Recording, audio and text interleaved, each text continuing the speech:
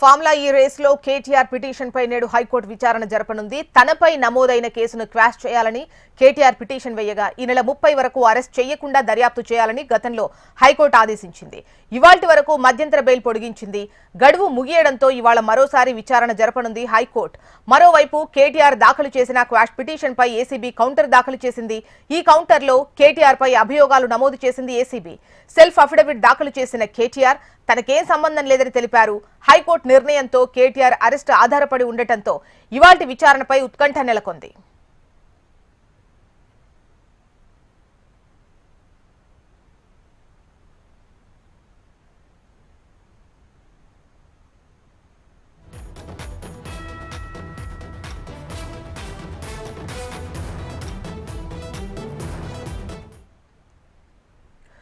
Formula ఈ రేసులో KTR petition పై నేడు విచారణ జరపనుంది హైకోర్టు. తనపై నమోదైన కేసును క్వాష్ చేయాలని కేటీఆర్ పిటిషన్ వేయగా ఈ నెల 30 వరకు అరెస్ట్ చేయకుండా దర్యాప్తు చేయాలని గతంలో హైకోర్టు ఆదేశించింది.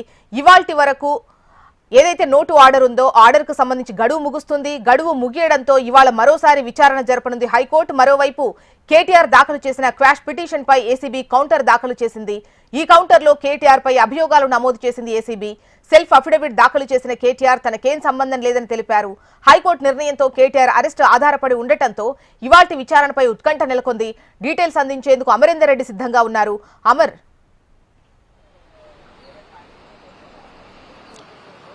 జోష్నా, ఫార్ములా ఈ కార్ రేస్ లో తెలంగాణ హైకోర్టుని కేటీఆర్ ఈ నెల 21న ఏదైతే ఆశ్రయించిన తర్వాత 2 సార్లు ఈ కేసుకు సంబంధించిన విచారణ అనేది కొనసాగిందని చెప్పుకోవచ్చు. అయితే మొదట బెయిల్ కి సంబంధించి ముందస్తు బెయిల్ ఇవ్వాలని ఇటు కేటీఆర్ తరపు న్యాయవాది సిఎస్ సుందరం సుప్రీంకోర్టు కౌన్సిల్ అతను పూర్తిస్థాయిలో సుదీర్ఘమైనటువంటి వాదనలు వినిపించారు. అయితే ఈ వాదనలకు ఏకీభవిస్తూనే హైకోర్టులో అతనికి స్వల్ప ఊరటను తెలంగాణ హైకోర్టు ఇచ్చిందని చెప్పుకోవచ్చు. ఎందుకంటే నాట్ టు అరెస్ట్ 30వ తేదీ వరకు ఎలాంటి అరెస్టులు చేయొద్దని కూడా ముందస్తు మధ్యంతర బెయిల్ అనేది ఇచ్చింది. అయితే ఈ బెయిల్కు సంబంధించి ఒకవైపు కొనసాగుతుండగా గత 2వ విచారణకు సంబంధించి సుదీర్ఘంగా కొనసాగింది. మొదటి దశ విచారణకు సంబంధించి చూసుకుంటే ఏసీబీ కౌంటర్ దాఖలు చేయాలని కూడా అందులో విచారణ అనంతరం పేర్కొన్న తర్వాత ఏదైతే 2వసారి విచారణ సందర్భంలో ఏసీబీ కౌంటర్ కూడా దాఖలు చేసింది. ఆ తర్వాత కేటీఆర్ ఒక సెల్ఫ్ అఫిడవిట్ ను కూడా